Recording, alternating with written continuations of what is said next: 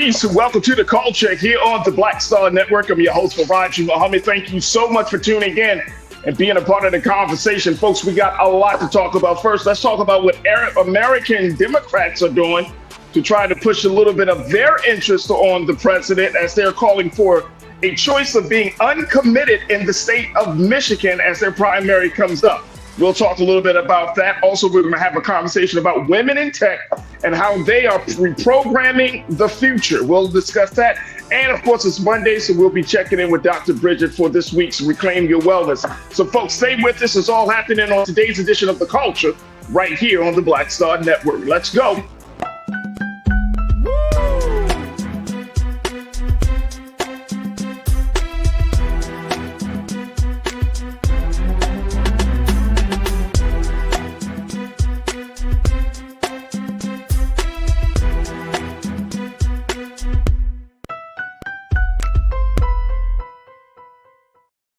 All right, folks, welcome to the culture here on the Black Star Network. I'm your host, Farajii. Thank you so much for tuning in and being a part of the conversation. Happy Monday. I hope you had a fantastic weekend.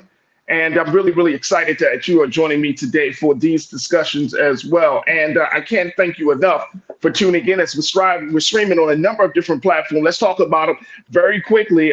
We are streaming on our home platform of blackstarnetwork.com. Go to our website today, folks. Download the app for free. Follow us on social media under Black Star Network. And we ask you to put something in the bucket as we are making a way for Black content in the digital space. So just go to our website today at blackstarnetwork.com. Also, we are streaming on Amazon platforms. You can check us out on the Amazon News platform on your Fire TV. We're also on Amazon Prime Video. You can find us there under the Prime Video app under Live TV, The News, or find us on Amazon.com under Prime Video, then Live TV, The News. We're on the Freevee Network, where you can find us on now under News for Black Star Network and Plex TV, 24 hours a day, 7 days a week. Just search for Black Star Network or find us under Live TV and then News and Opinion on Plex TV. Now, we're also streaming on Brother Roland's social media spaces and platforms. So check us out on Big Brother Roland's Facebook page. Check them out there. We are streaming there, as well as Brother Roland's YouTube channel. And it's on both those spaces and the X platform. You will find the great illustrious culture crew as folks are checking in from around the country. Big shout out to the online culture crew, always bringing the conversation to the next level. And I'm always excited to talk to folks from all across the country. Let me see who's watching right now. We got Real Brooklyn, Deidre Hall. I got Sharita Cash, Ming Lee, Natasha Surge, Brother Dana Blissett. Who else is in here? Who we got here? Lydia Mathis. Lydia, thank you for checking in. Brian Christian, my God, thank you for checking in. And folks, y'all can do the same. Join us right now as we are streaming. And we're going to be having a lot of conversations about today's topic. All right, let me just this off right here.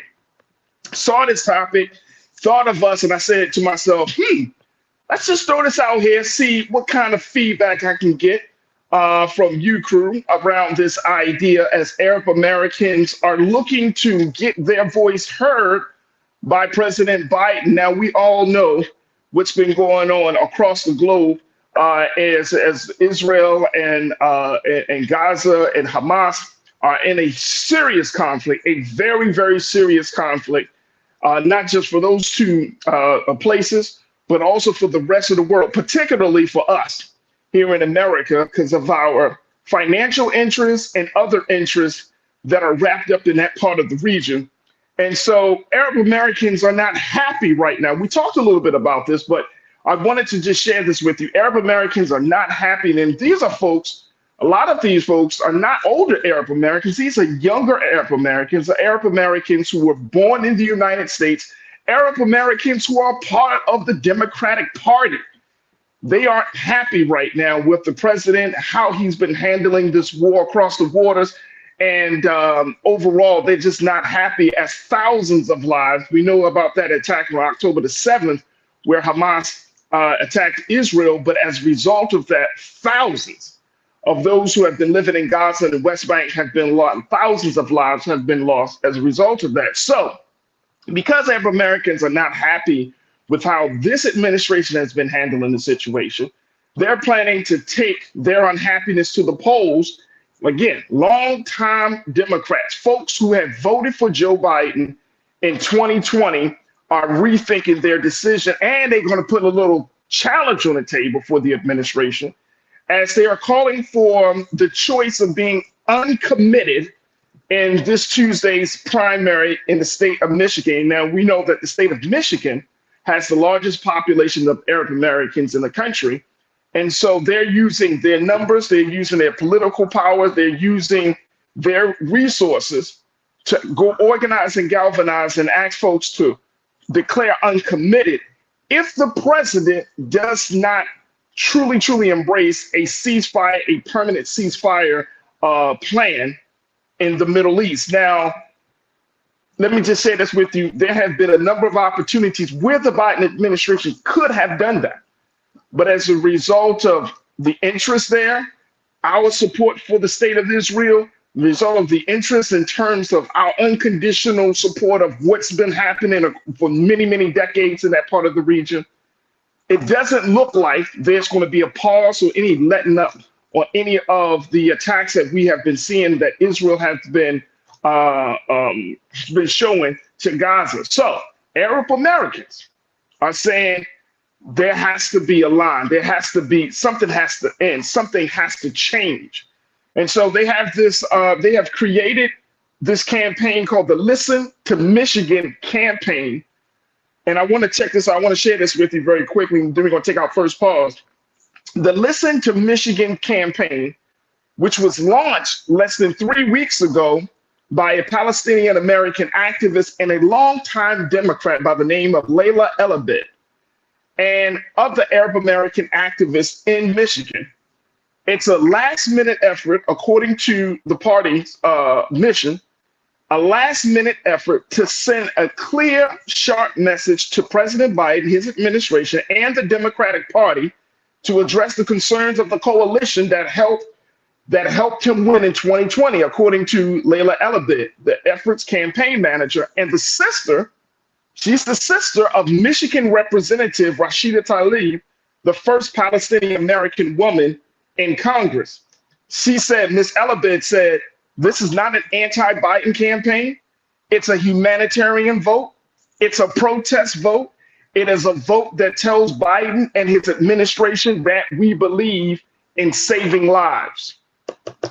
Crew, I want to get your take on this. Post your comments and share your thoughts as we talk about how some Arab Americans in the state of Michigan are doing a last-minute effort to change their choice from Biden and Harris to uncommitted because of their disapproval of how this administration has been handling the war in the Middle East. Post your comments, share your thoughts. Look, we got to take a first pause. When we come forward, I'm going to share what you have to say with everyone. And of course, let's have a dialogue about it. Stay with me. It's The Culture here on the Black Star Network.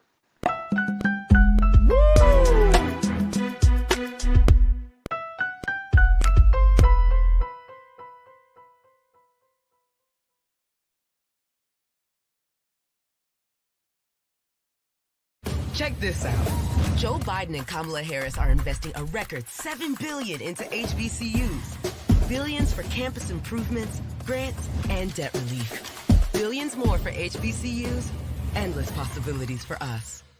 You heard why we're marching, and it's really a launch. It's not even a march. We're launching. That's right. A 42-week campaign. March the 2nd at 10 o'clock in Raleigh and 33 other state capitals and the District of Columbia. This is a historic move to mobilize the most powerful untapped block of voters in this country. That's right. Poor and low wealth voters who make up 87 million votes. And it's never been tried before. Never been tried before in history. At the same time, same message, same focus. And when that power turns loose, they will not be able to figure out the political calculus. I don't know about you, but I'm ready to shake things up. I'm ready to get up out of the valley. I'm ready for God to put his spirit on us. I'm ready to be used to change this nation. And what we're saying is, can't we come together? Can't we come together around an agenda? You ain't got to like everything about Reverend Barber. You don't have to like everything about Sangria. You don't have to like everything about Long Choir. But can we come together and say it's time to end poverty as the fourth leading cause of death? It's time to have $15 and a living wage indexed with inflation. So every time inflation goes up, the minimum wage goes up. It's time to have health care for all. It's time to fully fund public education. Can't we come together? It's time to protect women's right to women's health. It's time to have affordable housing for everybody. It's time to stop the proliferation of guns. Ain't no way folk ought to be able to have more guns than they have food, more guns than they have meat on their table. That makes no sense.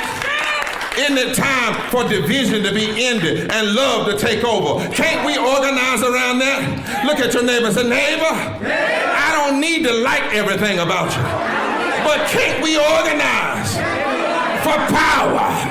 Can't we stand for justice? Can't we love everybody for just a little while? Can't we come up out of the valley? Can these bones live?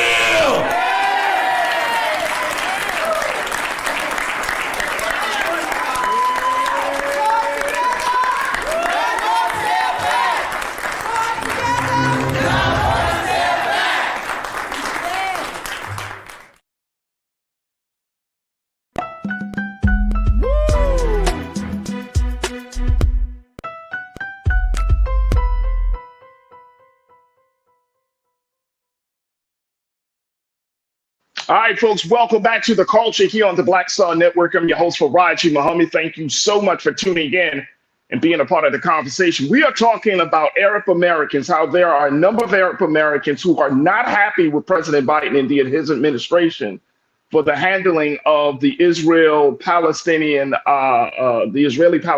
conflict that has flared up since October the 7th.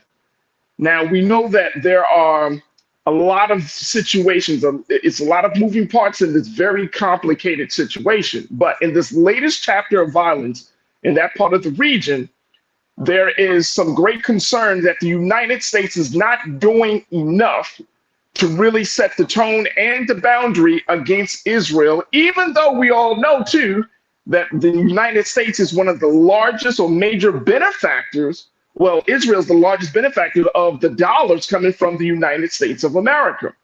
As a result of that, folks, the Arab American community in the state of Michigan are calling for President Biden to do something about this, to press the gas more, to call for a much more strict ceasefire plan to stop the casualties of war. Now, this situation kicked off on October the 7th. Hamas, when they attacked in 22 different areas of Israel, killing 1,400 Israelis. Since that attack, there have been, and the latest numbers here, folks, have been 29,000 Palestinians have lost their lives as a result of Israeli forces, aggression, and Israel declaring war on Gaza and the West Bank. 29,000. Some say that the casualties is up to 30,000 as of right now. This is from October up until this point. At this point, so we're talking about way more thousands. Now, this is not just about numbers. These are people's lives, right? Obviously, that's not even talking about the number of Palestinians who have been displaced as a result of this aggression from Israel. That's not talking about that. That's an even larger number, but nearly 30,000 Palestinians have died as a result of the war that Israel has waged on Gaza and the West Bank. Now, so these Arab Americans created a campaign called Listen to Michigan. Now, Listen to Michigan is looking to change the game. They're saying, look, we want an uncommitted situation, uncommitted choice in this upcoming primary that they have on Tuesday, because they want to show President Biden that, look, you need to do something, and you need to do something quickly, or you're going to lose an essential part of the vote. The fact is that Arab Americans are a part of the Democratic Party. I think it's very interesting, crew, that in the Republican Party, they have their situation with Trump and dealing with all of the baggage that he brings. But then in the Democratic Party, we're seeing that there's some rupture. They're seeing that progressives are not on the same pages as moderates. We're seeing that there's no peace in the Democratic Party at this point. Now, I think this is interesting because now is the time, and we talked about this, now is the time, I believe, that if everybody else is asking the administration for a little something, hey, we need you to speak up on this, or we need you to give some assurance that you're going to do that, then what about Black America? Now, it's so easy that we all believe that, oh, we're just trying to keep Trump out of office. But you can't just have that demand. That's one thing. That's fine. But there should be some other things on the table. Now, y'all remember last week we talked about how there were a number of Black lawmakers, progressive lawmakers, that have posed to the president, hey, Mr. President, we got 200 organizations that have signed on to this letter, to this correspondence saying, look, if you want our full support, we need your support in using your executive orders to get some policies across. This is the time to have those conversations. So I don't want us to get into a space like, no, they doing too much. No, ain't nobody doing too much, because everybody wants a piece of the pie, and so should Black America. All right, folks, let me go to you, hear what you got to say about this situation. What do you make of this as Arab Americans are telling President Biden, listen to Michigan? Let me share with you, my sister Tiana, Pauline Hertz, you say we have our own problems. Yeah, but see, our problems, here's the thing though, Pauline, I think you can agree with me on this. We are so interconnected today that somebody else's problem is part of our problem. We can't really talk about, oh, well, we're going to just do this for that. We're so connected today as a country, as a culture. We're so enmeshed with one another. So we can say, oh, we have our own problems, but their problems become our problems become white America's problems. You see what I'm saying? We all have problems. Appreciate you for posting that. Deidre Hall, you say we have a Gaza situation here in the United States. Oh yeah. I remember hearing Ta-Nehisi Coates and other Black folks who have gone over to Palestine, who have made those trips over these past few months, and they get to see it. And Ta-Nehisi Coates himself said, it reminded me of segregation. It reminded me of the things that we have experienced in America. There has been some similarities in the struggle. So, Deidre, I think you're right on. There's some great similarities to the struggle. We don't have time to go into the history and all of those things, but just know that the Palestinian people, there are some similarities in their struggle, just as much as there's some similarity in their relationship to Israel, just as much as is our relationship to the United States of American government. Appreciate you, Deidre. Thank you so much for checking in. Let me see here. Deidre, you say, I also say, I don't understand, like, what the hell y'all want the president to do? He's not king of Israel. Well, he can set a tone. He can set a tone. He can say, hey, we're going to, how come the United States has not officially signed on to any ceasefire plan? How come the United States is not calling and being a part of that conversation that the South Africa has posed in terms of their case against Israel is committing genocide? How come the United States hasn't signed on to that? Again, we're talking about there were 1,400 lives, Jews that were killed in that attack on October the 7th. Now we're at 30,000 with no indication from Netanyahu and his camp, no indication that they're going to stop the bombing, stop the ground offense, stop anything. They're not planning to stop. They're not planning to stop. And guess what? Guess who is providing the money? Billions. The United States of America. We're providing that money. And so if we're going to, President Biden can definitely do something. He can say, look, we're not going to give you no more money for you to commit Jewish genocide. We're not going to arm you no more. We're not going to provide unconditional support. Come on, that's what he can say. That's what he can say. Tiana, you said, what's the end game? What do they expect to accomplish? They want to cease fire. They want to cease fire, right? That's what they say. They want to have a ceasefire, a permanent ceasefire. They're tired of the bloodshed. You got to think. Remember, we have a Palestinian woman in Congress, so she's seeing her people, her family, families of other folks in her community getting destroyed, being displaced. What do you want them? Shouldn't they say something about that, especially if they're in this part of the country? Shouldn't the president say something about that? The president said this is dealing with the Russian-Ukraine conflict.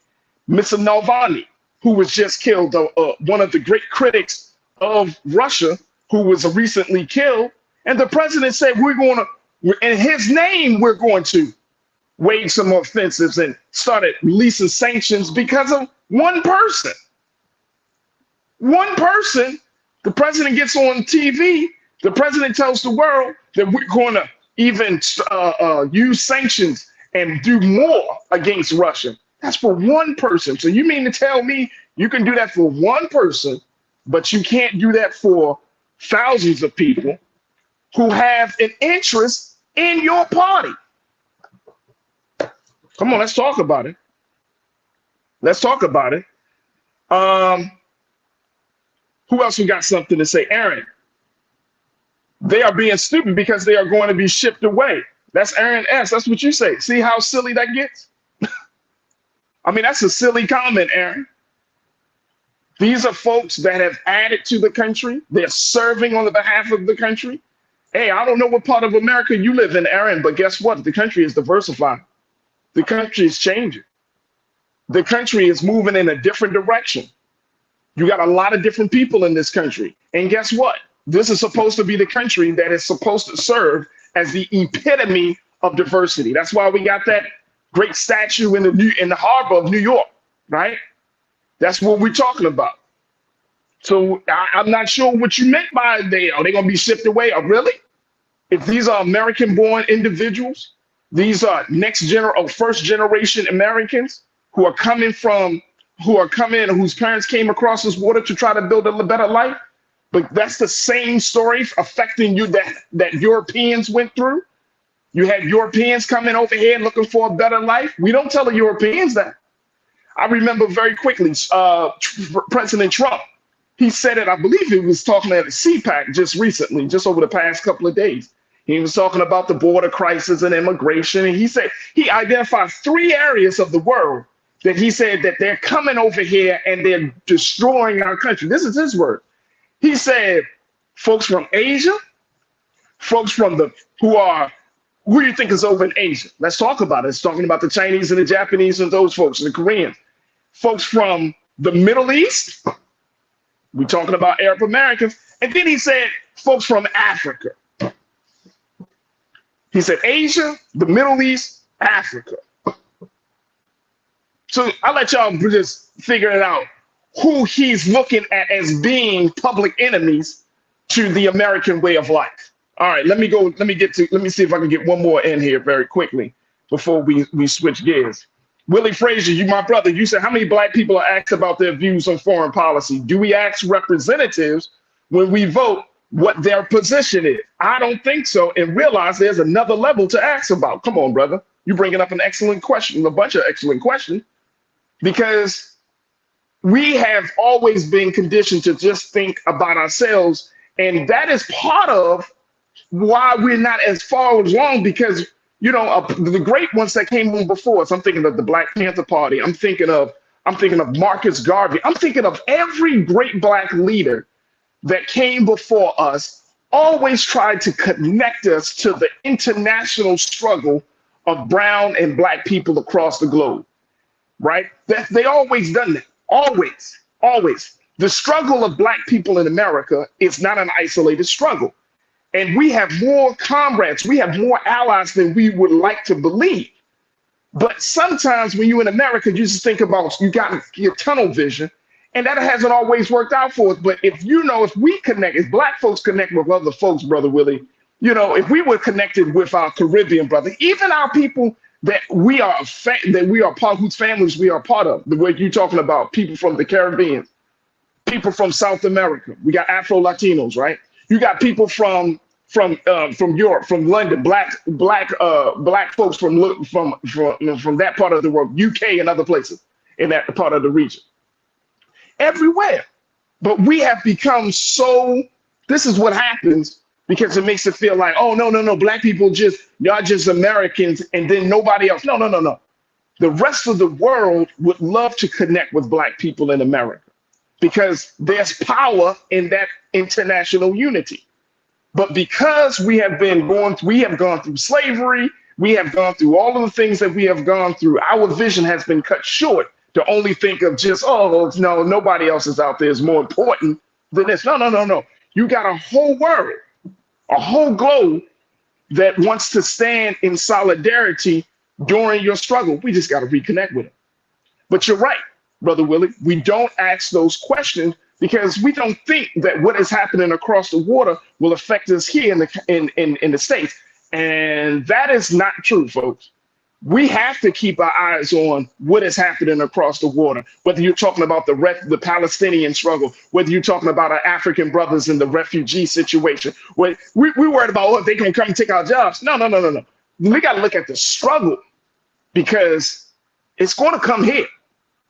It's going to happen. Social scientists, political scientists, and others are saying the things that we're seeing around the country, around this world, is going to slowly make its way to America. And we got to be prepared for that. So I wanted to bring that to our attention. I wanted us to have a little brief conversation. I appreciate the comments from everyone. Look, I got to take another quick pause. When we come forward, let's continue the discussion on the other side. As we switch gears a little bit, we're going to talk about women in tech and so much more. Stay with us. It's The Culture here on the Black Star Network.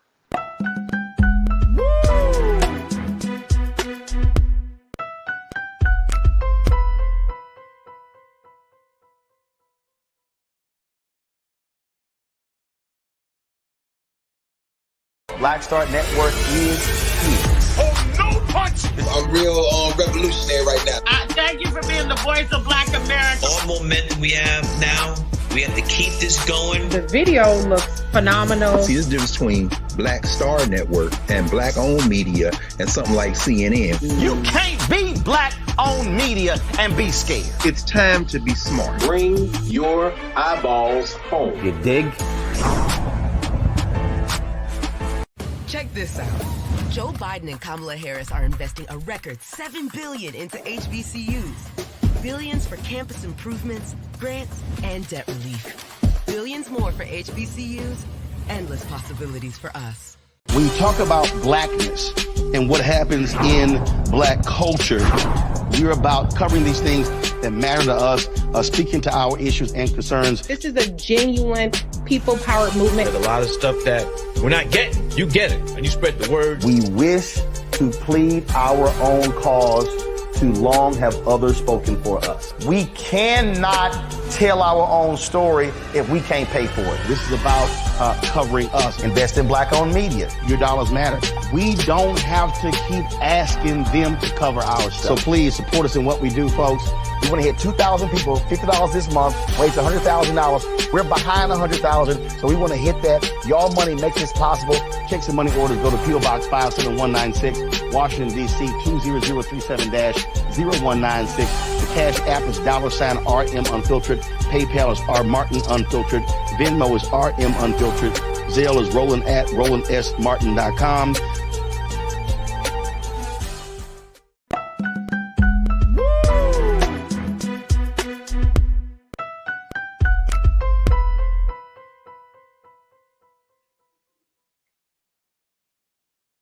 All right, folks, welcome back to The Culture here on the Black Star Network. Let's switch gears a little bit as we talk about foreign policy and foreign affairs. Let's bring the conversation home and talk about technology and figuring out what is going to be the future of technology in our country, given the fact that there is so much diversity that's happening in other places. But technology in the tech world, there's still a lot of sealants that have to be broken. And so my next conversation and my first guest is here to talk to us about how she's doing her part. She serves as the author of the book, Code Your Rising.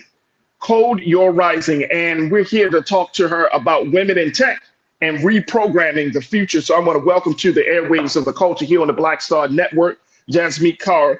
Jasmeet, thank you so much for joining us this afternoon. How are you today? I'm good. Thank you for having me. I'm very excited to be here. Absolutely, absolutely. Jasmeet, let's talk a little bit about the work that you do. First and foremost, how did you get into technology? Is that something that you were always interested in, or was that something that you kind of had to grow to love? Talk to us about your technology journey.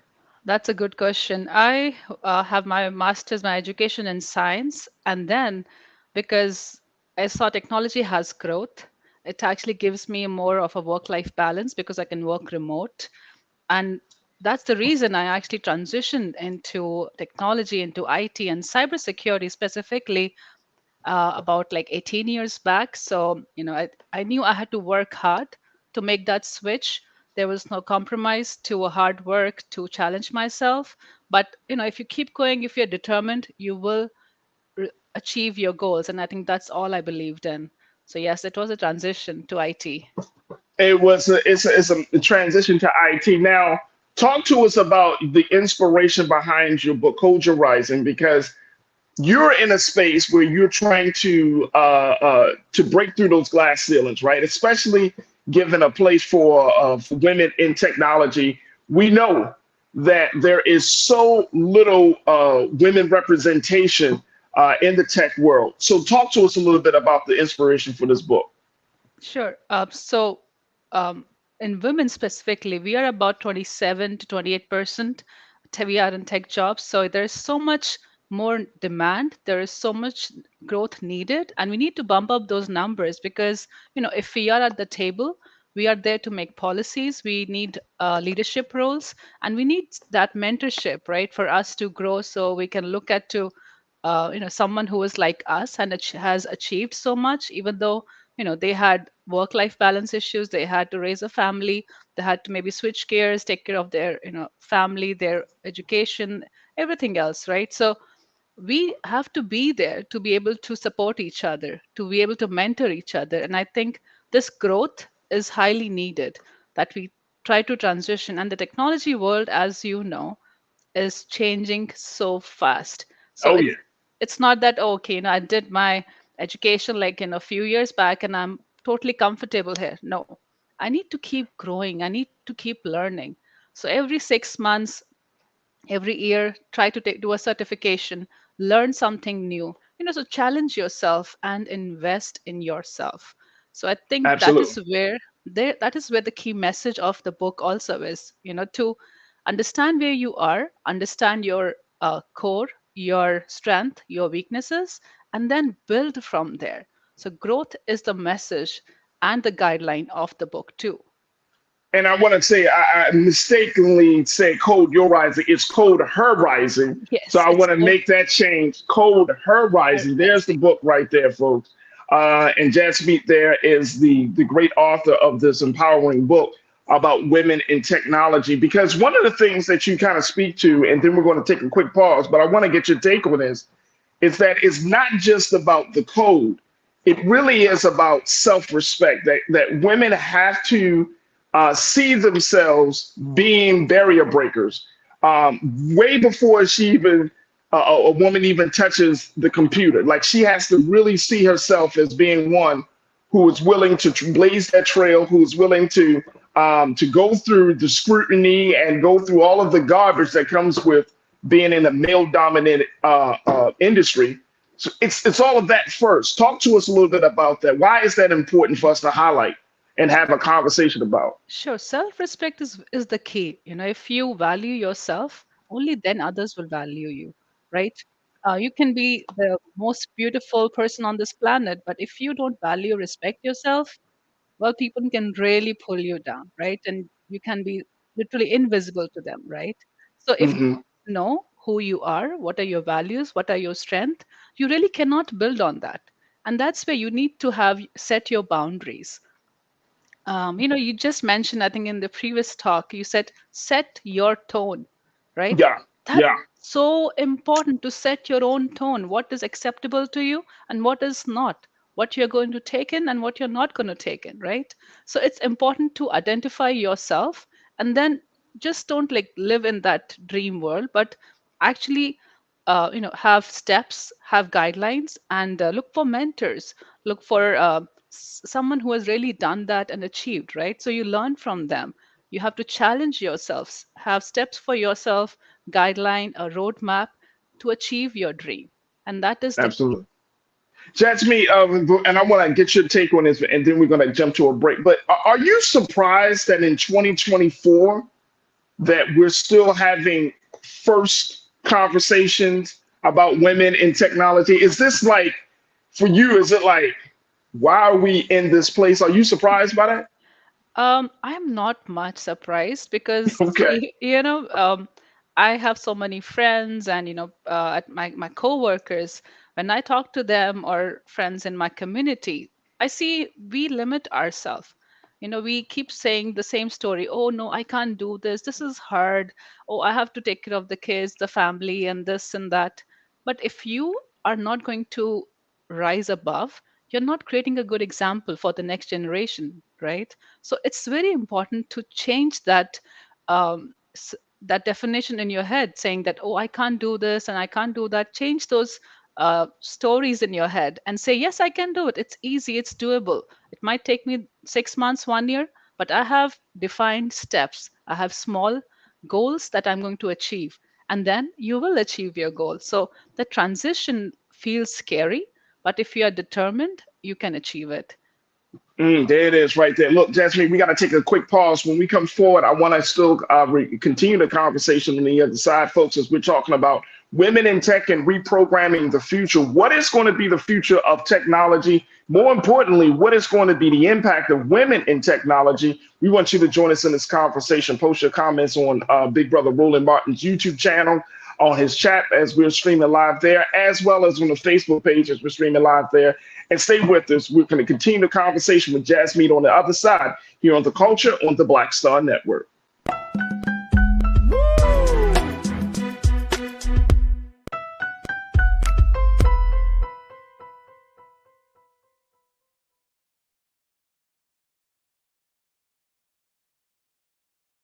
You heard why we're marching, and it's really a launch.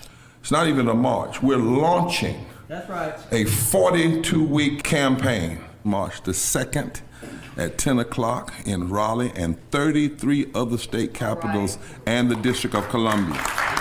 This is a historic move to mobilize the most powerful untapped block of voters in this country. That's right. Poor and low wealth voters who make up 87 million votes. And it's never been tried before. Never been tried before in history. At the same time, the same message, same focus. And when that power turns loose, they will not be able to figure out the political calculus. I don't know about you, but I'm ready to shake things up.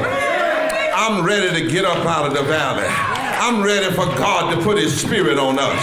I'm ready to be used to change this nation. And what we're saying is, can't we come together? Can't we come together around an agenda? You ain't got to like everything about Reverend Barber. You don't have to like everything about Sangria. You don't have to like everything about Long Choir. But can we come together and say, it's time to end poverty as the fourth leading cause of death? It's time to have $15 and a living wage indexed with inflation. So every time inflation goes up, the minimum wage goes up. It's time to have health care for all. It's time to fully fund public education. Can't we come together? It's time to protect women's right to women's health. It's time to have affordable housing for everybody. It's time to stop the proliferation of guns. Ain't no way folk ought to be able to have more guns than they have food, more guns than they have meat on their table. That makes no sense. Isn't it time for division to be ended and love to take over? Can't we organize around that? Look at your neighbor and say, neighbor, I don't need to like everything about you, but can't we organize for power? Can't we stand for justice? Can't we love everybody for just a little while? Can't we come up out of the valley? Can these bones live?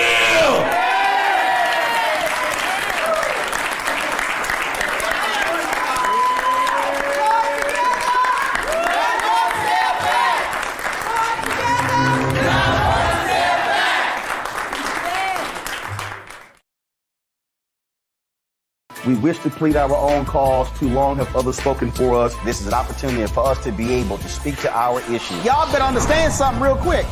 We ain't going nowhere. It is a continual battle that we see all across this country. Revolution will not be televised. The revolution will be streamed. All momentum we have now, we have to keep this going. He makes sure that our stories are told. Roland Martin's doing this every day. You can't be black-owned media and be scared.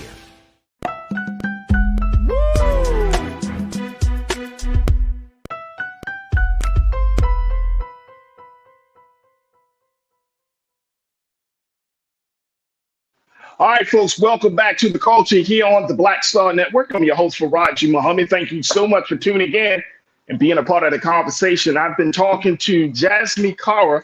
And Jasmine, I want to make sure I'm saying your name correctly because I know how I am about my name. So how do you pronounce your last name, sis?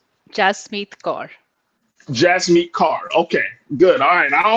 I hate mispronouncing people because I get it. But Jasmine here is the author of the book Hold Her Rising, where she is looking to break the glass ceiling of having women in technology. It's an opportunity. It's a wonderful book, and it's a great, beautiful cover where she's talking about the things that women can do to prepare themselves to be in the tech industry and to essentially reprogram the future. Now, Jasmine, I want to get your take on this because part of your journey, I mean, you came from humble beginnings in Delhi, New Delhi. You really, worked hard to get to this place in this part of the world, making a life for yourself. You decided to go into cyber security. Let's talk a little bit about this. Is that the area that you would recommend women to go into, or what other areas should women go into in the technology space? Definitely. I loved working in cybersecurity, so I can, say, yes, this is the best field. But it really depends on what you want to do. You can be in programming, you can be in testing, you can be in AI related, or you can be in cybersecurity, you can be in program management. It's your take, what really connects with you and you enjoy doing, because I think your career is something that you should really enjoy working at your place, right? So that's the key. So if you like it and it motivates you to go to work every day and you are happy, that's where you should look for. But yes, cybersecurity is a great field to be in. And that is one of the reason I think I'm creating some of the learning experiences, learning opportunities for women who are looking for transition, for growth in career into cybersecurity. So from my mission, the Code Her Rising, we are organizing some workshops and trainings for certifications and a mentorship program. So definitely, if you want to switch towards cybersecurity, do reach out to Code Her Rising and leave a comment. And it's an important part, right? I mean, the world is changing. We talked a little bit about that in my first segment. The world is really changing. We're so interconnected, and it's interesting how some people say, "Well, that's them, and that doesn't affect me." But from a technology standpoint, does that even ring true? Or are we? Is it really separated, or are we just so connected to one another? It's like if one group of people fall, the next group of people fall. How does that work? Well, we are truly interconnected. If you just talk about cybersecurity, nobody is left. If there's a attack, there is your information is stolen or lost. Everyone is impacted, right? And that's one of the reason I also teach at Montgomery College. So I'm providing the cyber awareness for seniors there. And it's really important for all of us to understand, what are the do's and don'ts when you are on the social media, when you have your phone and you have so much information on that. And on the other side, when you talk about interconnected, everything is connected. Yes, we women really need to step up because we want to be in the leadership role. We want to make an impact, support each other, because yes, we have to raise family, we have to take care of so many things, but this is the time now that we have to start putting ourselves first. We have to start thinking, yes, for the next generation, if we have policies that support work-life balance, imagine, so many, you'll have more women in the workplace, right? Because sometimes we take a break from work because, we have to raise kids, and then we are so scared to go back to work.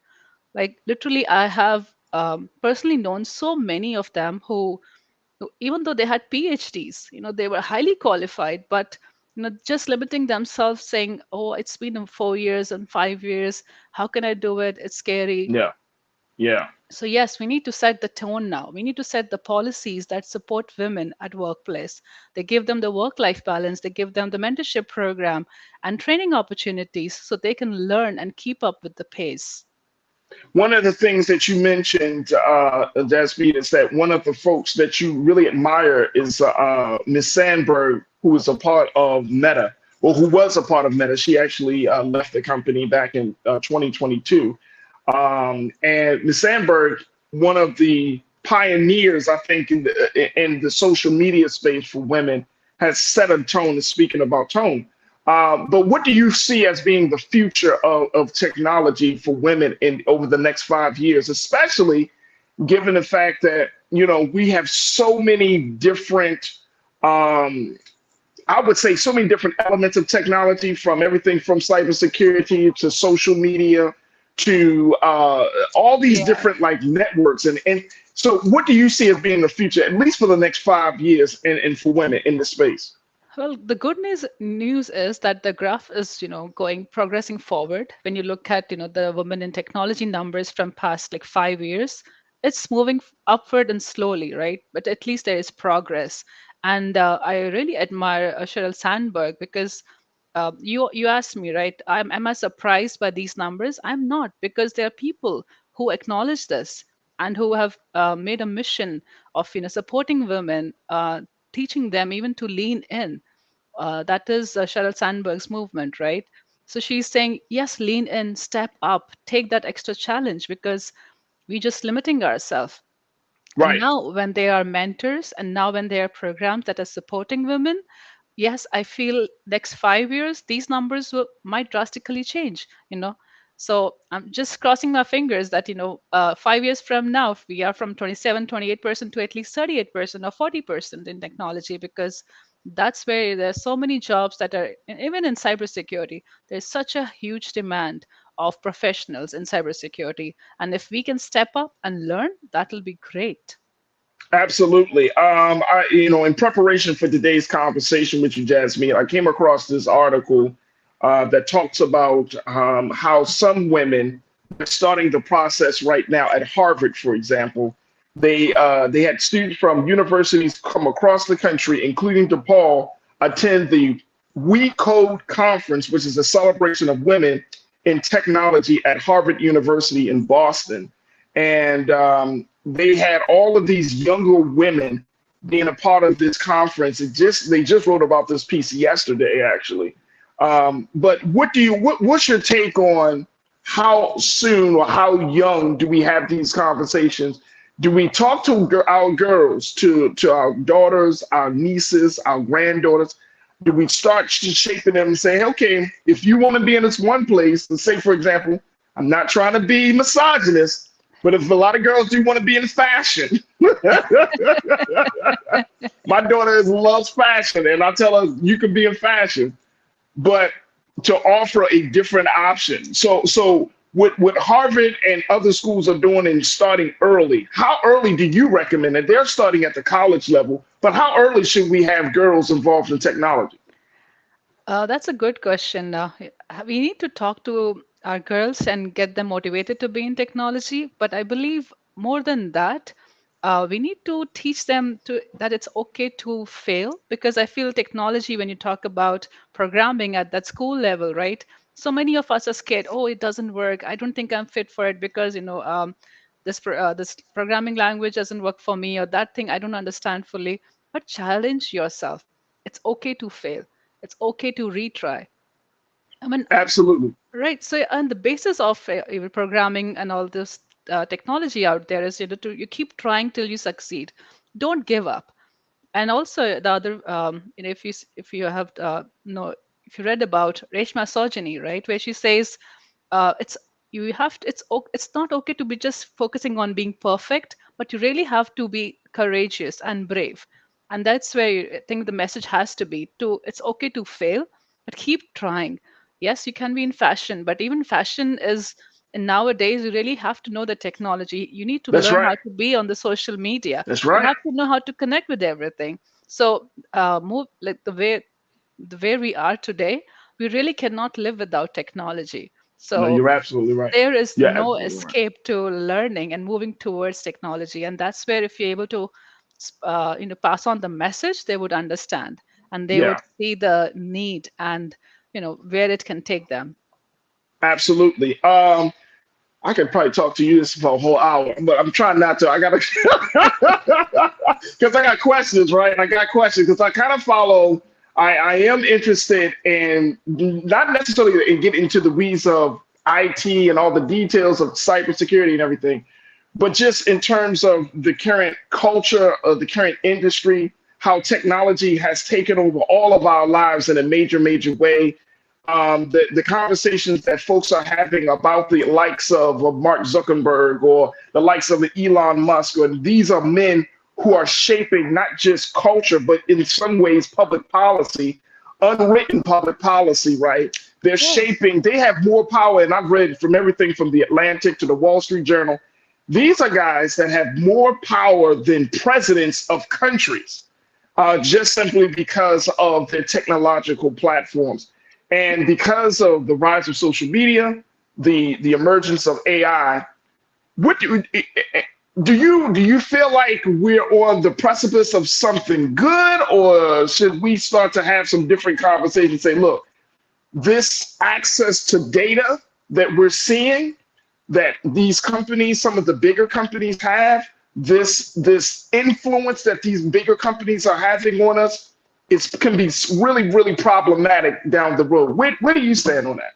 Well, it can go both ways, right? Yeah. You see how technology has connected, has made this world so small, right? You can connect with anyone anywhere, and you can provide a mentorship program somewhere in Asia, somewhere in Africa. You can do all the good stuff also with technology. So I feel like it is more connected to your intentions. You can learn a lot. You can educate. You can connect. You can build companies and connect to someone overseas, right? But yes, there is another factor to it, and that's where the federal government or the NIST, they're coming up with policies around what is okay to be captured when you say PII information, what is okay and how, what is the retention policy. So there is work in progress because this is something new. So Yeah. I truly trust the government and the federal system to have the policies around those information and data that is captured. But on the other side, yes, we need to educate our seniors or our kids, on how they need to use this technology and what is Yeah. okay and what is not okay to put on social Absolutely. media. Absolutely. Real Brooklyn, you said my Navy career showed me many females, many women in technology that were a lot smarter than their male counterparts because of how hard they had to work in order to prove themselves. Ain't that something? Sometimes working harder than the next person gives you an advantage because you're going to know more and you're going to be able to apply more. And I think that's a great point. Another one of our crew members, Brother Damon, you said let's start with stop being afraid of math, Farajii. Absolutely. There are some, I mean, Yep. sometimes we so caught up in, and I know as a parent, some of that fear, some of that anxiety around a certain topic will cause us to not encourage our own children to go first. It will limit us. Absolutely. It will limit us. So it is important that we do have these conversations. And it's important to recognize that, look, women are here, y'all are here, y'all gonna work harder, y'all gonna work smarter. And guess what? You might as well create a space for you so we can all get further along together. Jasmine, I truly appreciate you and your time today. How can people get a copy of your book, Code Horizon? It's available on Amazon, so you can go to Amazon and look for Code Horizon and order from there.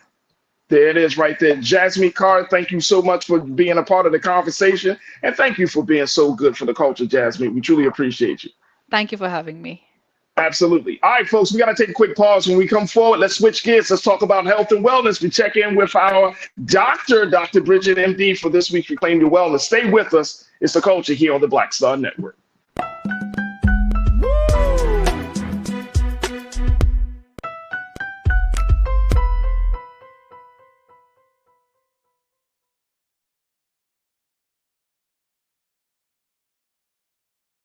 You heard why we're marching, and it's really a launch. It's not even a march. We're launching a 42-week campaign, March the 2nd at 10 o'clock in Raleigh and 33 other state capitals and the District of Columbia. This is a historic move to mobilize the most powerful untapped block of voters in this country, poor and low wealth voters, who make up 87 million votes. And it's never been tried before. Never been tried before in history. At the same time, the same message, same focus. And when that power turns loose, they will not be able to figure out the political calculus. I don't know about you, but I'm ready to shake things up. I'm ready to get up out of the valley. I'm ready for God to put his spirit on us. I'm ready to be used to change this nation. And what we're saying is, can't we come together?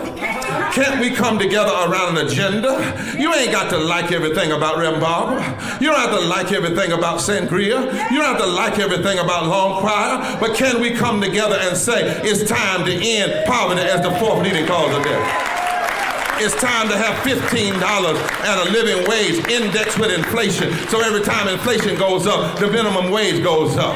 It's time to have health care for all. It's time to fully fund public education. Can't we come together? It's time to protect women's right to women's health. It's time to have affordable housing for everybody. It's time to stop the proliferation of guns. Ain't no way folk ought to be able to have more guns than they have food, more guns than they have meat on their table. That makes no sense.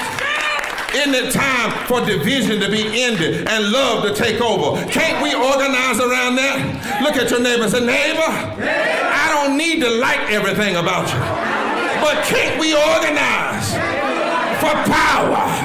Can't we stand for justice? Can't we love everybody for just a little while? Can't we come up out of the valley? Can these bones live?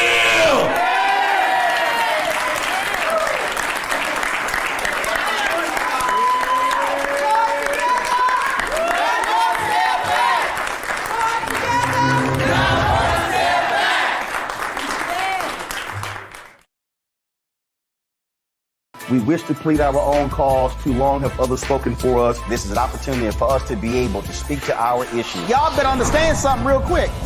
We ain't going nowhere. It is a continual battle that we see all across this country. Revolution will not be televised. The revolution will be streamed. All momentum we have now, we have to keep this going. He makes sure that our stories are told. Roland Martin's doing this every day. You can't be black-owned media and be scared.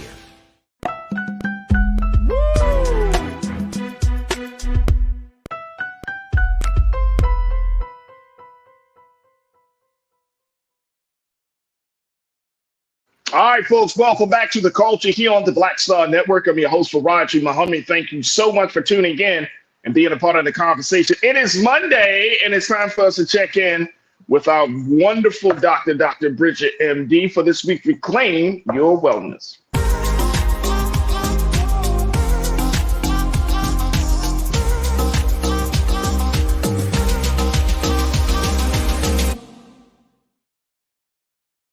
Good afternoon, Doc. How are you? Great. How are you today, Farajii? I am good. I am good. Really excited to talk to you because I know you got some good stuff on the agenda for us to discuss. So break it down for us. What's the first thing you wanted to bring our attention to?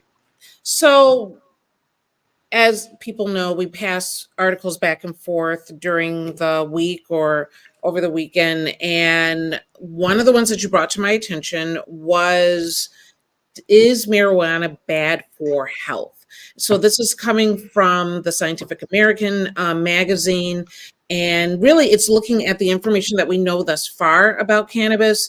I'm always, it's always a controversial subject because we don't have enough information, but it's so important to have this conversation, particularly as one state after another becomes recreational.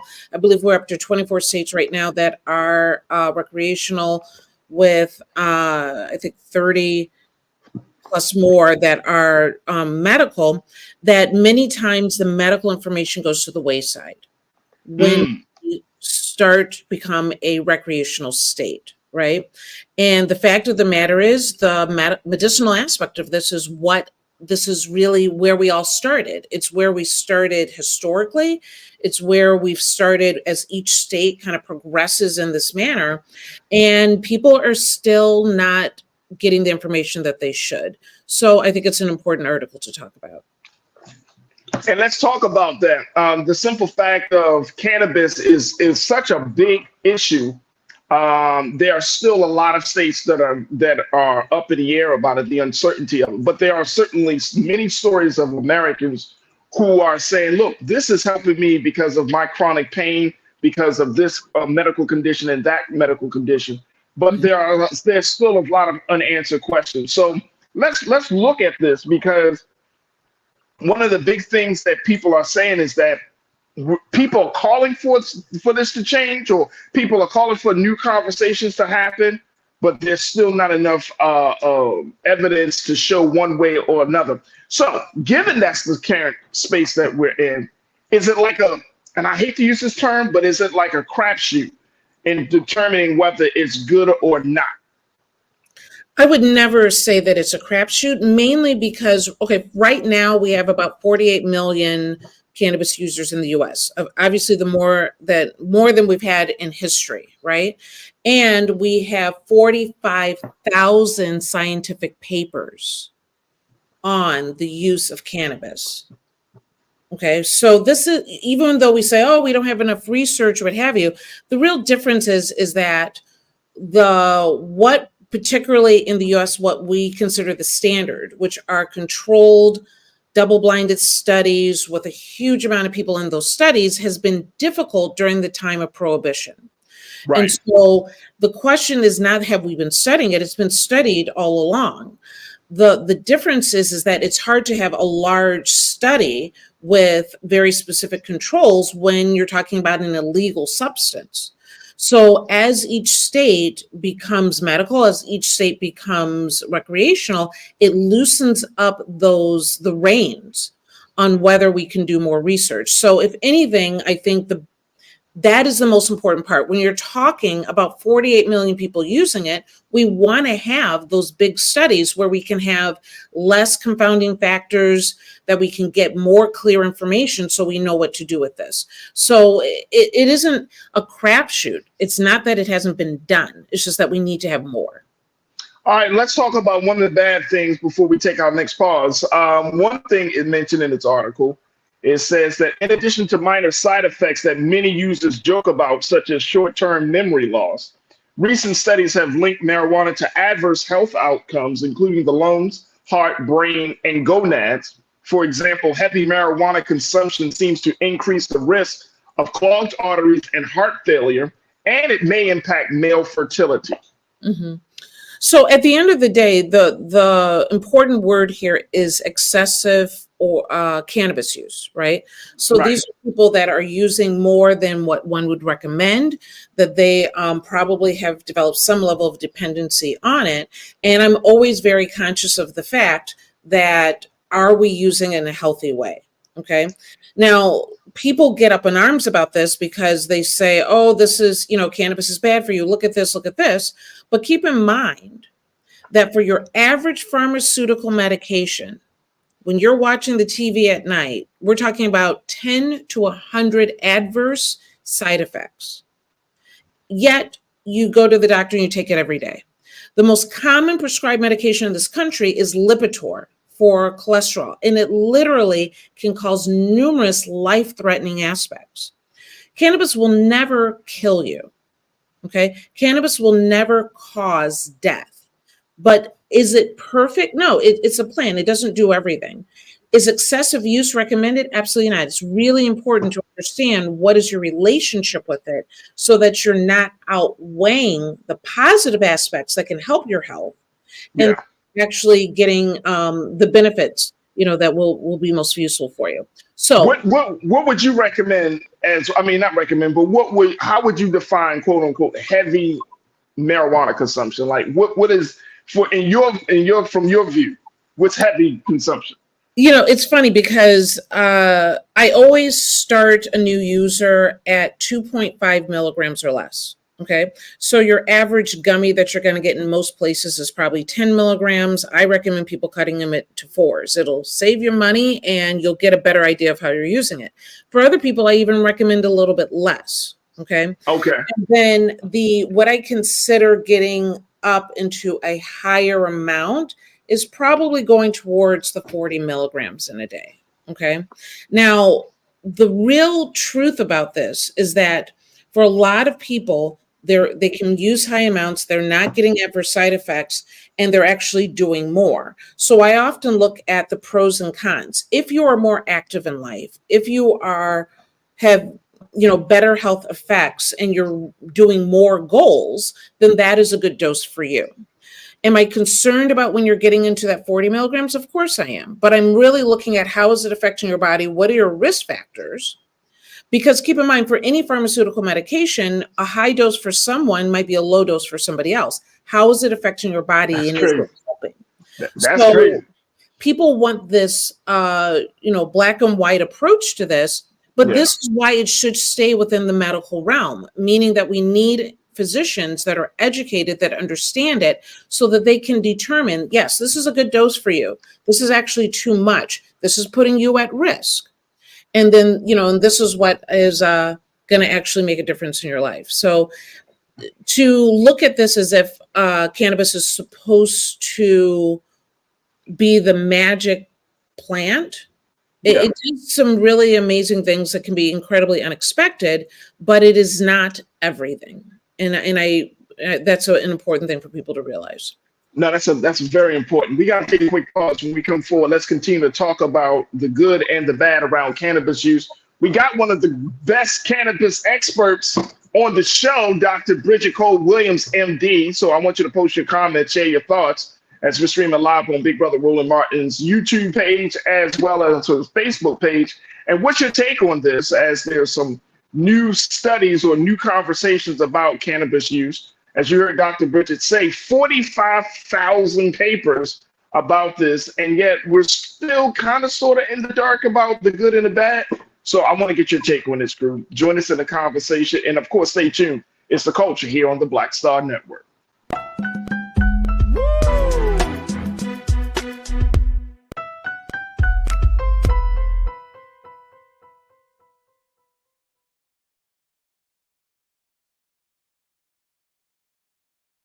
Check this out. Joe Biden and Kamala Harris are investing a record $7 billion into HBCUs. Billions for campus improvements, grants, and debt relief. Billions more for HBCUs.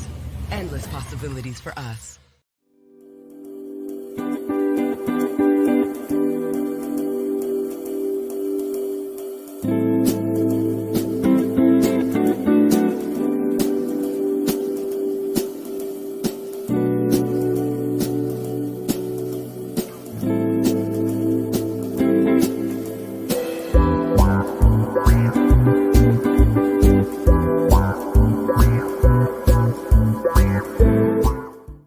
Talk about blackness and what happens in black culture. We're about covering these things that matter to us, speaking to our issues and concerns. This is a genuine people-powered movement. There's a lot of stuff that we're not getting. You get it, and you spread the word. We wish to plead our own cause. Too long have others spoken for us. We cannot tell our own story if we can't pay for it. This is about covering us. Invest in black-owned media. Your dollars matter. We don't have to keep asking them to cover our stuff. So please support us in what we do, folks. We want to hit 2,000 people, $50 this month, raise $100,000. We're behind $100,000, so we want to hit that. Y'all money makes this possible. Check some money orders. Go to P.O. Box 57196, Washington, D.C. 20037-0196. The Cash App is $RM Unfiltered. PayPal is R Martin Unfiltered. Venmo is RM Unfiltered. Zelle is Roland at RolandSMartin.com. I'm Greg Carr, here at the Black Table, and you're watching the Black Star Network.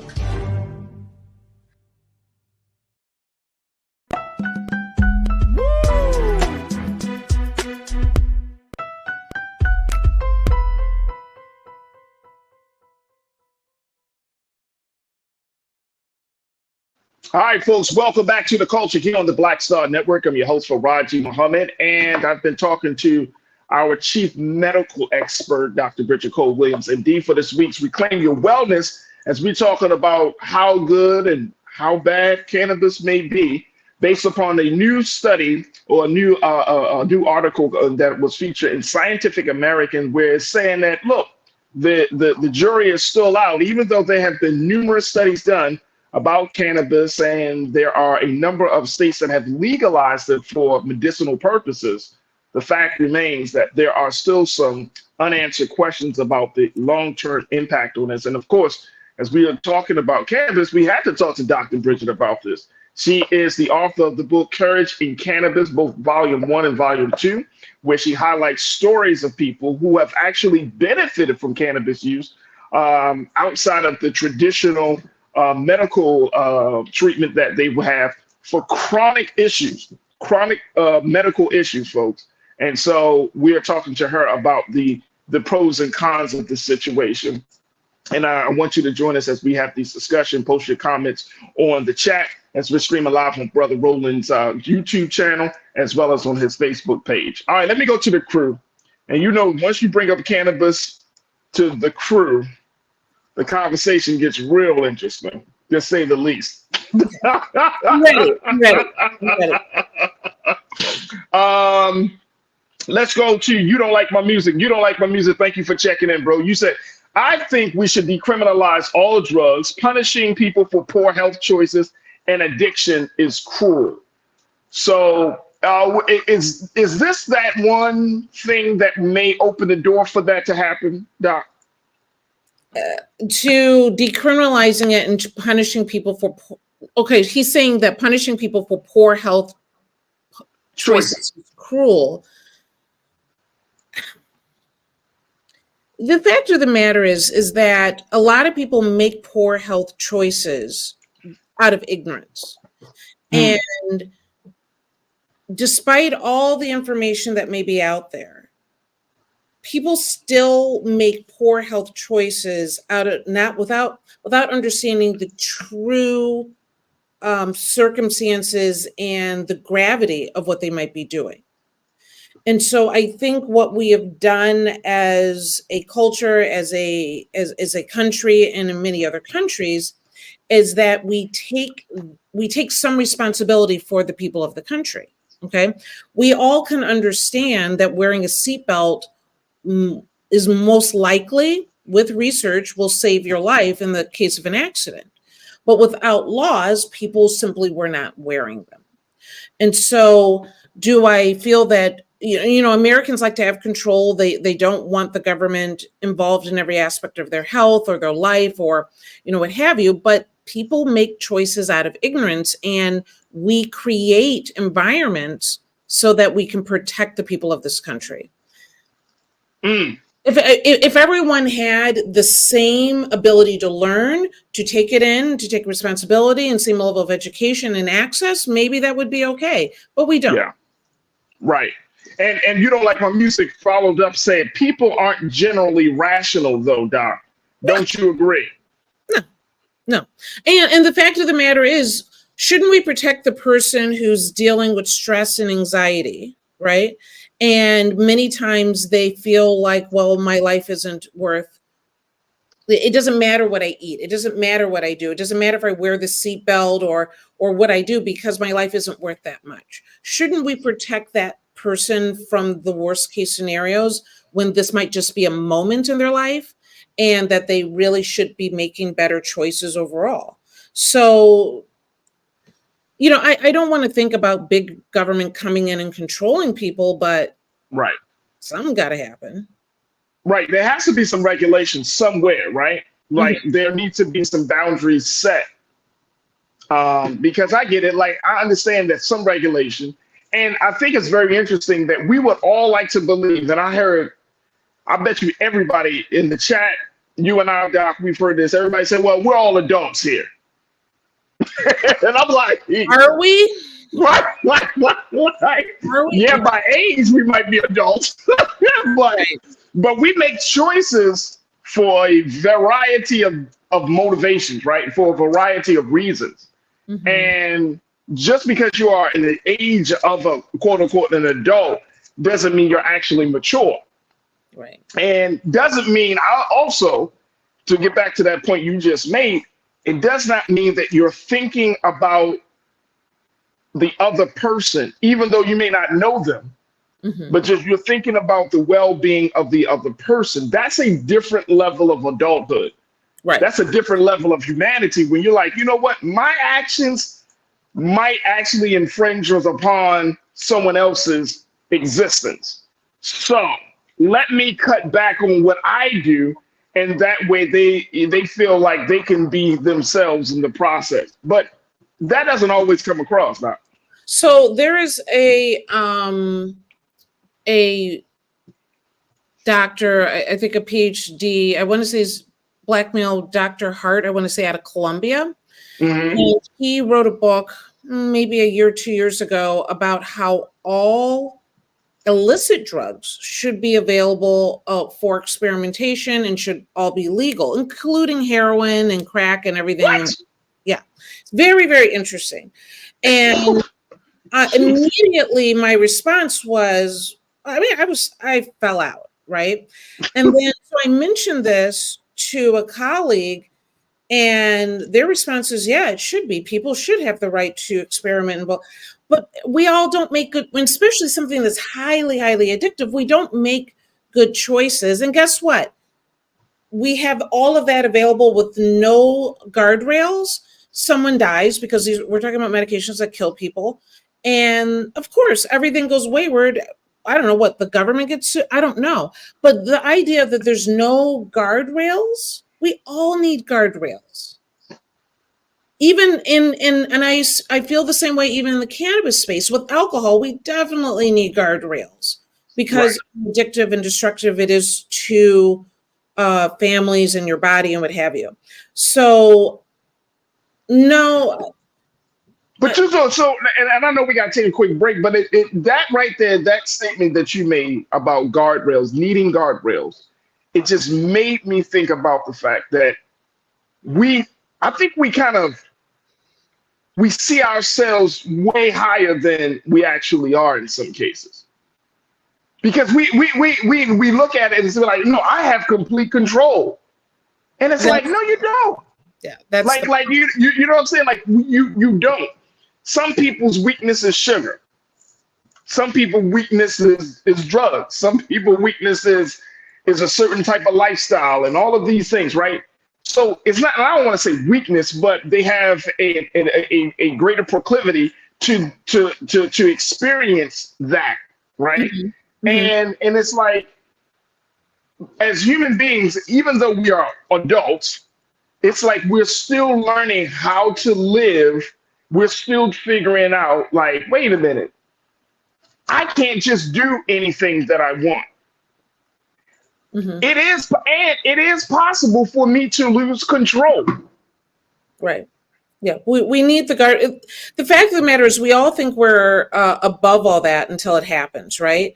And we all think we have these abilities sitting on our couch that in reality we don't. Like, I believe, why shouldn't I play for the NBA? Because I know I could have made that shot, right? Like, that's the mentality that we have sitting on our couch, but in reality, we don't necessarily have the ability to control things the way we think. We don't have the ability to be some of these things that we might see on TV, or to control addiction, or to know what our like you said, our weak point might be until we already have crossed it. So this is a place where we control the situation. Someone controls the situation for you.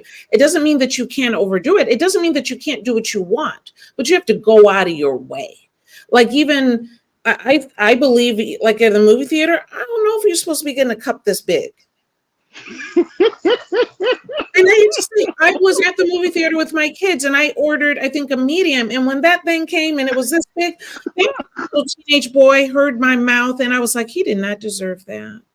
Because he's just working his $8 an hour job.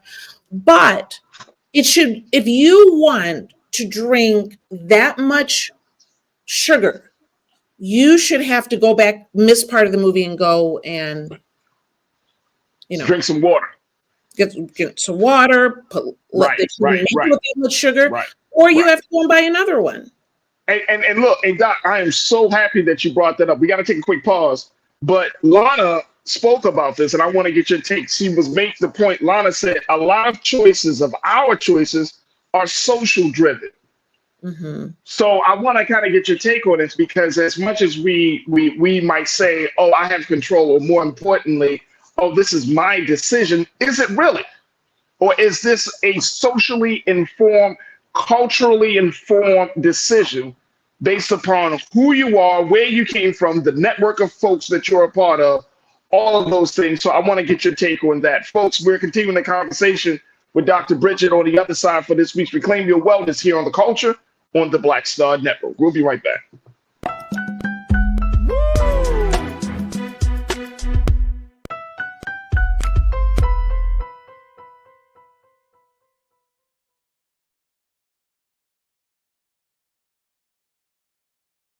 Check this out. Joe Biden and Kamala Harris are investing a record $7 billion into HBCUs. Billions for campus improvements, grants, and debt relief. Billions more for HBCUs. Endless possibilities for us. You heard why we're marching, and it's really a launch. It's not even a march. We're launching a 42-week campaign, March the 2nd at 10 o'clock in Raleigh and 33 other state capitals and the District of Columbia. This is a historic move to mobilize the most powerful untapped block of voters in this country, poor and low wealth voters, who make up 87 million votes. And it's never been tried before. Never been tried before in history. At the same time, same message, same focus. And when that power turns loose, they will not be able to figure out the political calculus. I don't know about you, but I'm ready to shake things up. I'm ready to get up out of the valley. I'm ready for God to put his spirit on us. I'm ready to be used to change this nation. And what we're saying is, can't we come together? Can't we come together around an agenda? You ain't got to like everything about Reverend Barber. You don't have to like everything about Sangria. You don't have to like everything about Long Choir. But can we come together and say, it's time to end poverty as the fourth leading cause of death? It's time to have $15 and a living wage indexed with inflation. So every time inflation goes up, the minimum wage goes up.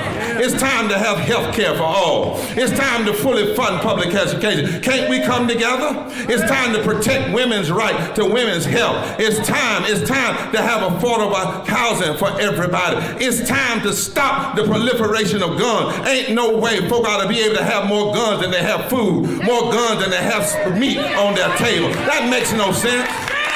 Isn't it time for division to be ended and love to take over? Can't we organize around that? Look at your neighbor and say, neighbor, I don't need to like everything about you, but can't we organize for power?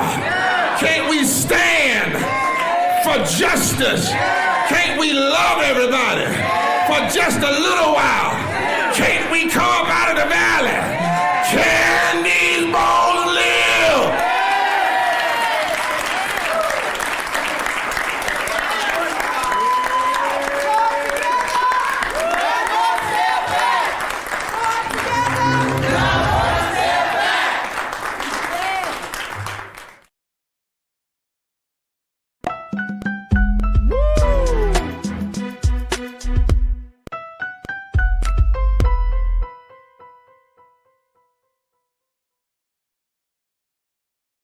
All right, folks, welcome back to The Culture here on the Black Star Network. I'm your host, Farajii Muhammad, joined by Dr. Bridget for this week's Reclaim Your Wellness, as we talk about the pros and cons of marijuana. It's back up again in the forefront of the conversation, cultural conversations, as there has been a new article in Scientific America to look at the ups and downs of cannabis use, and more importantly, the impact that it has on folks. And Doc and I have been talking about this, talking about choices, talking about the influence of all of these drugs, and the impact that it has on us as a society. But I want to get back to what Lana had to say on this, Doc, where she was saying that a lot of those choices that we make are quote unquote social driven. These are culturally, socially driven choices that we make, right? And sometimes it may feel like we are in control. It may feel like, oh no, I'm making my own decision, but we're actually influenced.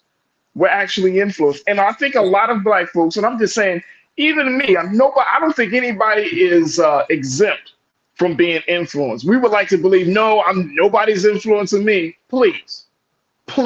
No, that's not even how it works. The question is, what is the difference between socialization and brainwashing? Okay. And we are all socialized to cultural norms, values, behavior, codes, laws of conduct. Like how we behave is called socialization. Okay. And we don't come into this world with that information. What we think about ourselves and other people in the culture at large is because we've been socialized.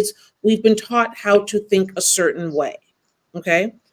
And so we make choices and we think they're completely independent in our own, but it's on the groundwork, it's on the basis of how we have been socialized.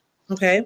And so even my introduction to the cannabis space, I thought, oh, cannabis is horrible. There's no way. When this was first mentioned to me, I was like, this lady's crazy. Let me teach her why she is, completely off. Then I started doing research and I'm seeing, oh, the rest of the world is actually doing a lot of research and they're finding medical uses. So I realized that I have been socialized to believe cannabis is bad for a number of different reasons. What bothered me is then I started looking at every aspect of what I knew in medicine and what aspects are the research and the facts and what aspects serve the pharmaceutical company, or culturally in medicine, I've been taught to think a certain way, which may or may not be true. So I started to break out of that and actually question what I understood and why. So when it comes to and I want to make sure people don't think I dodged the original question around whether cannabis had negative effects on your arteries like atherosclerosis, high cholesterol, clogging of the arteries, heart failure, or male fertility. With excessive use, those things are possible, particularly if you have a predestined medical condition for that. Okay. Excessive use can cause some of these things. I'm making this point because there are aspects of this article I see as being completely biased. And then there's aspects of the article I do consider to be true. So with my cardiac patients, I am very particular about what they're able to use and why and how much. Okay. It does not mean they might be using it for pain, but I have to make sure that they're using an appropriate amount for that and not going over as much as what is appropriate for them because of their cardiac disease. And then there are some that I don't really recommend it because of their heart disease. So as far as excessive use and male fertility, there have been some studies that have shown that as well. Absolutely. Let's get back to the study because I think that is important as well as we look at this. Here's the other bad, or they call it bad side effect of it. Developing adolescent brains, particularly those predisposed to mental illness, may be most at risk from overconsumption.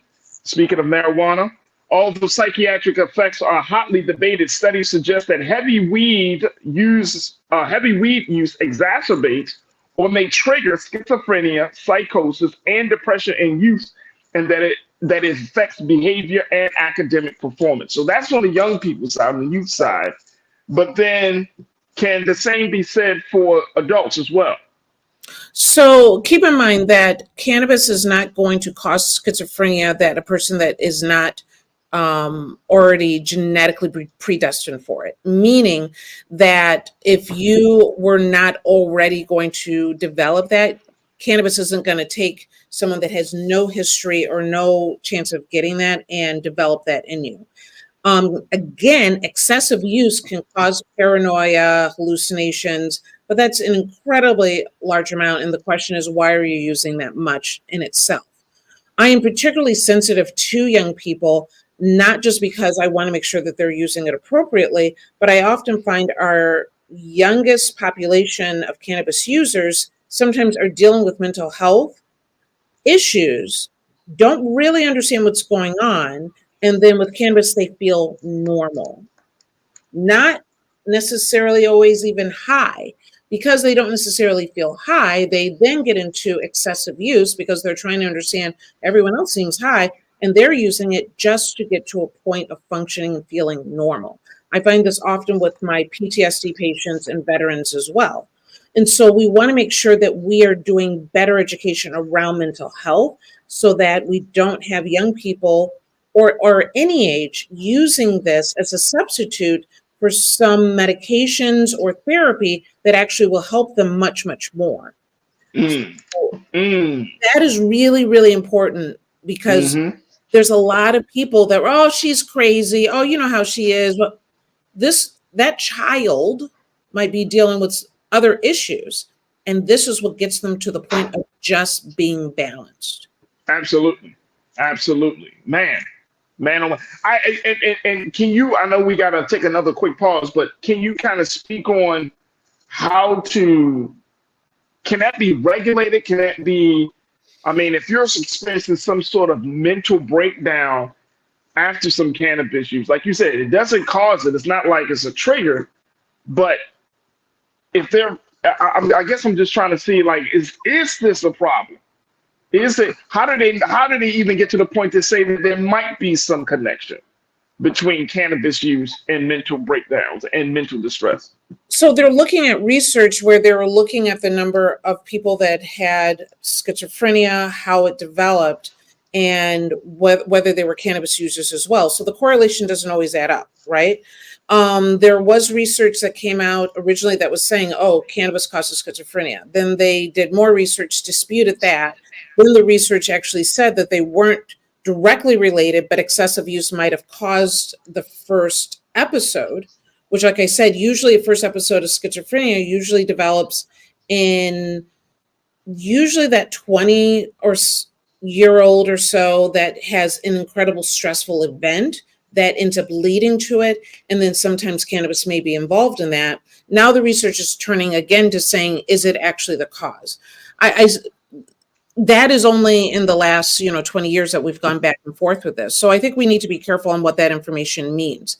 At the end of the day, I am cognizant of the fact that the earlier you start using any substance can lead to negative effects. There are people that actually use some cannabis to help them focus and actually help them do better academically, and that aspect is not shown here in this study.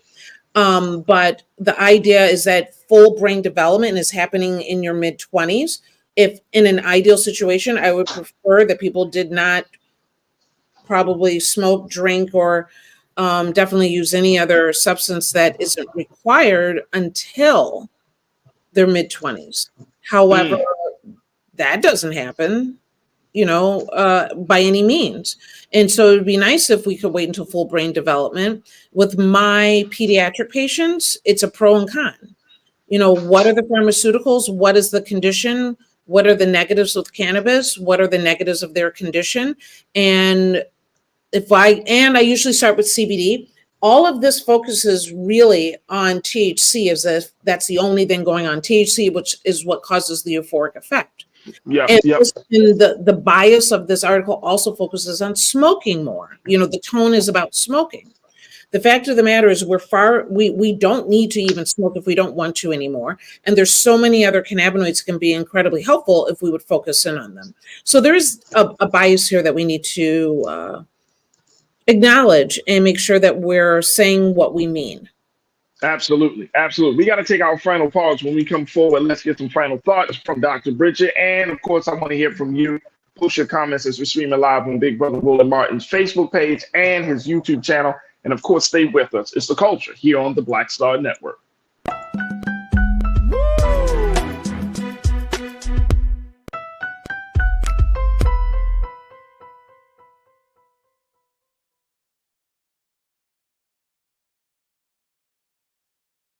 Black Star Network is here. Oh, no punch! I'm real revolutionary right now. Thank you for being the voice of Black America. All momentum we have now, we have to keep this going. The video looks phenomenal. See, there's a difference between Black Star Network and black-owned media and something like CNN. You can't be black-owned media and be scared. It's time to be smart. Bring your eyeballs home. You dig? Check this out. Joe Biden and Kamala Harris are investing a record $7 billion into HBCUs. Billions for campus improvements, grants, and debt relief. Billions more for HBCUs. Endless possibilities for us. When you talk about blackness and what happens in black culture, you're about covering these things that matter to us, speaking to our issues and concerns. This is a genuine people-powered movement. There's a lot of stuff that we're not getting. You get it, and you spread the word. We wish to plead our own cause. Too long have others spoken for us. We cannot tell our own story if we can't pay for it. This is about covering us. Invest in black-owned media. Your dollars matter. We don't have to keep asking them to cover our stuff. So please support us in what we do, folks. We want to hit 2,000 people, $50 this month, raise $100,000. We're behind 100,000, so we want to hit that. Y'all money makes this possible. Check some money orders. Go to P.O. Box 57196, Washington, D.C. 20037-0196. The Cash App is $RM Unfiltered. PayPal is R Martin Unfiltered. Venmo is RM Unfiltered. Zelle is Roland at RolandSMartin.com.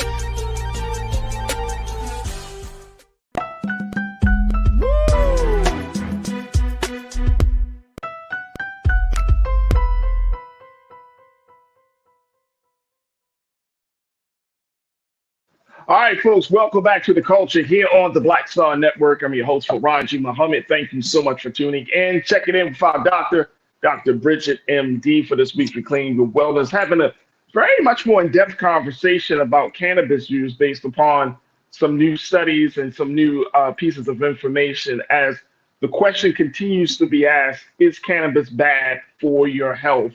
And, Dr. Bridget, listening to you, not just talking about the research, but also talking about the personal stories and the experiences that you've had from people, whether you're talking about those experiences in your book of Courage and Cannabis or in other places.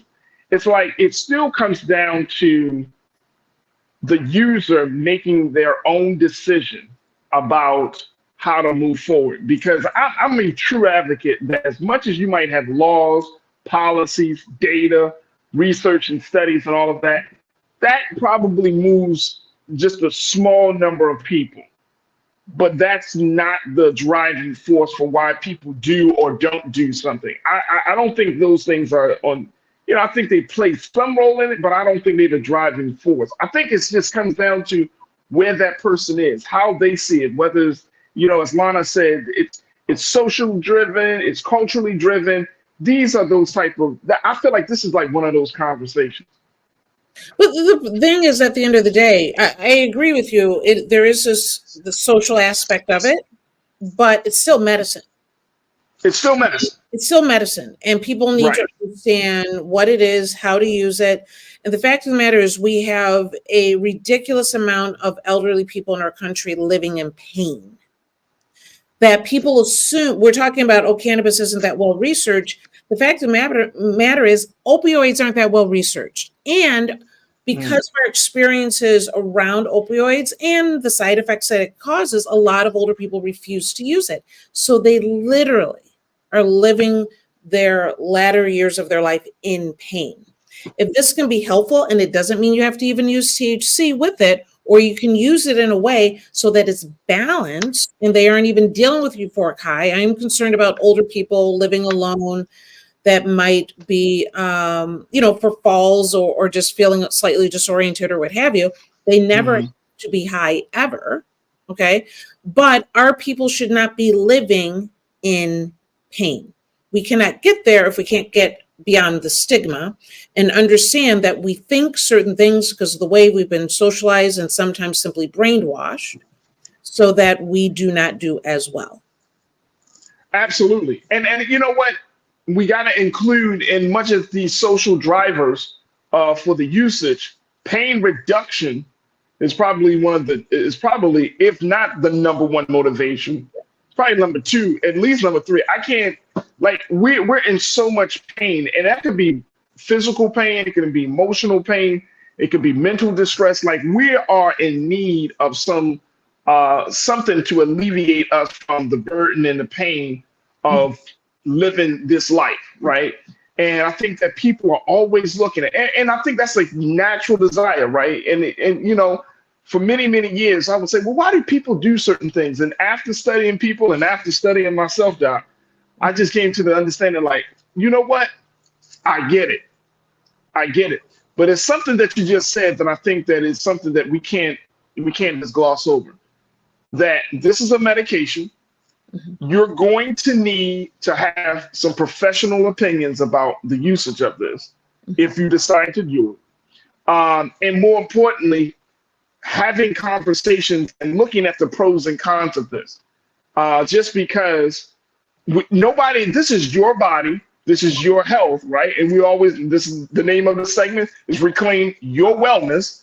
So this is going to require you to be intentional about how you're going to live your life, and understand that if you live your life one way, there's some consequences. If you live your life another way, there's going to be some effects to that as well. And I think that if nothing else from this conversation is that folks understand that your health is not in the hands of the government, it's not in the hands of Biden and Harris and anybody else. This is literally in your hands, in the sense that, of course, you can't control everything. We can't stop certain circumstances from coming into our lives, but essentially, this is in our hands. We're the ones that are putting the fork to our mouths. We're the ones that are ingesting certain things. We're the ones that are living in certain conditions. This is the stuff that is in our hands, in our power. You know, I always say that if you are going along with the way that our American culture is pushing things, what's on TV, what have you, you're probably not going to be doing as well. The way it's true, because nothing again, but if you're watching the Burger King commercial, if you're looking at, you know, all the excess that the chips, the cookies, the crack, there are things that we have in this country, other countries will not even sell to their people, will not even have them available because of what's in it. And yet there we are walking around the grocery store and aisle after aisle after aisle of items that are not going to be good for you or keep you healthy. And so if you are not... But you know what, very quickly, people will say, well, why is it that the government would put out something or allow, let me say, they may not actively put it out, but would allow certain things like that? If you go into a grocery store, if you're going into the drugstore, like, why do we have access to even partake something that is not good for us? And people ask that question all the time. Well, it goes right back to our viewer. I don't like your music. Is that you don't like my music? Right. That the fact of the matter is, they put the choice back in your hands, and it makes money. Okay. And so they say, well, it's up to you. I'm not forcing you to eat it. You know, and I brought this up before, that during the time of Roosevelt and Truman, we don't have universal health care, because they actually thought if we limit the amount of health care, the poor will die. And the poor were Black Americans. Okay. That is why we have not had it from, years ago. You would think America would be, on the ahead of this when it comes to universal health care, but that is documented. Okay. And so they provide things for all of us to make choices. And so it goes back to that original comment. Should we have that as a choice? Or do you assume that if you're going into a store that the things on the shelf don't have carcinogens in it? Because some of them do. Yeah. Do you assume that they have fats that literally will clog your arteries? Many of them do. We're just getting to a point where we're having conversations, and maybe we should limit that, but they've been there all this time. And like I said, a lot of those products other countries won't even give to their people. And so it sounds like, Doc, and I know we got to wrap up, but it sounds like this is not just about what's on the shelf or what's directly in front of us. but that maybe we need to have a different conversation about how we're making choices. Like, how do we empower people to make the best choices for their lives, right? For the livelihood of themselves and their families, especially for their children. Like, we need to, and because I feel like in today's culture, that is becoming a premium, being able to make the best choice, being able to have the power of discernment and judgment, being able to understand that if you go make one decision, this could be the possible outcome versus you making the other. Like, having that skill set seems like it needs to be, I don't know, for lack of a better word, it needs to be strengthened. It needs to be fortified. And it's not just about the choices, it's about how the ability that we do make these choices. Absolutely. Absolutely. And that takes time. That means you have to have a physician and a healthcare team that is not forced into 7 or 15-minute visits. That means that you have to have access to information that isn't cluttered with numerous conflicting information at the same time. And we do not clear that lane. We have free speech. We can provide, and don't get me wrong, I'm not saying that we shouldn't have free speech, but we cause a lot of confusion for people to make good choices. And we basically just narrowed what the medical field can actually do to help people. Absolutely. Man, oh man. Man, oh man. Dr. Bridget, always bringing some great conversations, always got us thinking. Doc, is there going to be an after chat? I know you're working on the healthy relationships initiative that you've been on. Talk to us. Is there going to be something happening tonight? So at 7 o'clock, we will be on YouTube on Dr. Bridget's Wellness Reclaimed, because we just got to claim it now. Okay. So this will be healthy relationships. We'll be on Instagram. We'll be on Facebook at Dr. Bridget MD. And we're bringing back Will Baptiste, that has been on the show with you. Oh, yeah. And we're talking about types of intimacy. There it is, Dr. Bridget's Wellness Reclaimed. Woo! She's going after it. And that's happening at 7 p.m. Eastern time. Folks, make sure y'all check her out on the YouTube channel. One of the Culture Crew members, I think it was TC. TC, I think you asked the question. You were trying to find the conversation that Doc and I had about healthy relationships. So what's your YouTube channel? I want to make sure that folks know. Right. So you can go to Dr. Bridget's Wellness Reclaimed, or if you just put in Dr. Bridget MD, like everything else, you should be able to find it as well. And go to the playlist or to live. I'm pushing to go live. It's not doing anything. That's it right there, y'all.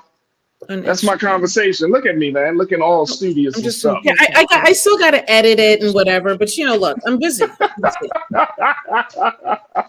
I get it. Look, that's why. Hey, look, just do it in one take. That's what they used to call me, the Jay-Z of public radio. There you go. Who's got time? One take, man. Let's just do it.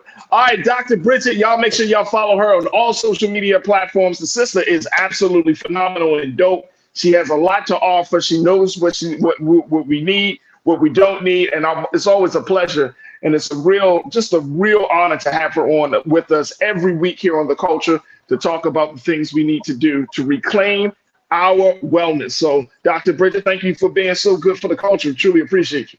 Absolutely. Thank you, Farajii. You're welcome. All right, folks, that's going to do it for us. Thank you, crew, for checking in. If you're checking us out on the X platform, thank you. If you're checking us out on the Facebook platform, thank you. And to the YouTube chat, thank you so much for all of y'all for coming in and being a part of the conversations. And I hope you enjoyed the discussions. I see the discussion talked about everything from cannabis, talking about Arab Americans, what we talked about in the first segment, and so much more. I love it. I love it. Let's keep the discussions going. Make sure you do your due diligence. Support us here at Black Star Network. Go to our website today at blackstarnetwork.com. Download the app for free. Follow us on social media at Black Star Network. Also, if you have an opportunity, give us a little something, something. We're looking for donors, financial donors, to support us in this powerful movement that we have right now. Big shout out to Margaret Jarrett. She is another fantastic donor. She has just donated, and she's now officially a part of the Bring the Funk fan club at a level 1. So Margaret, thank you so much. And I'm so happy that you were inspired by the show to give something to us today. We truly, truly appreciate you. And folks, let's not stop giving.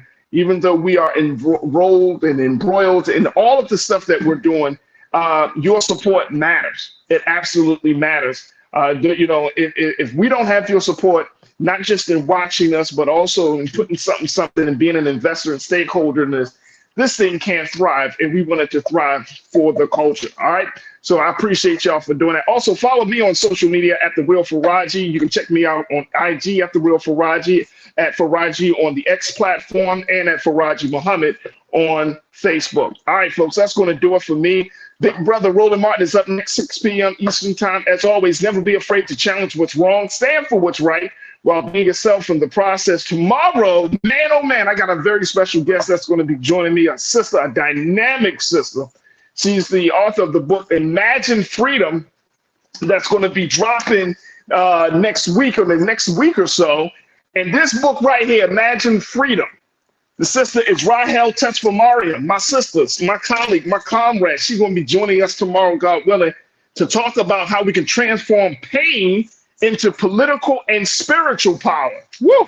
Trust me, folks, y'all don't want to miss that conversation with me and my sister Rahel, and of course, with you as well. So that's going to happen tomorrow here on The Culture.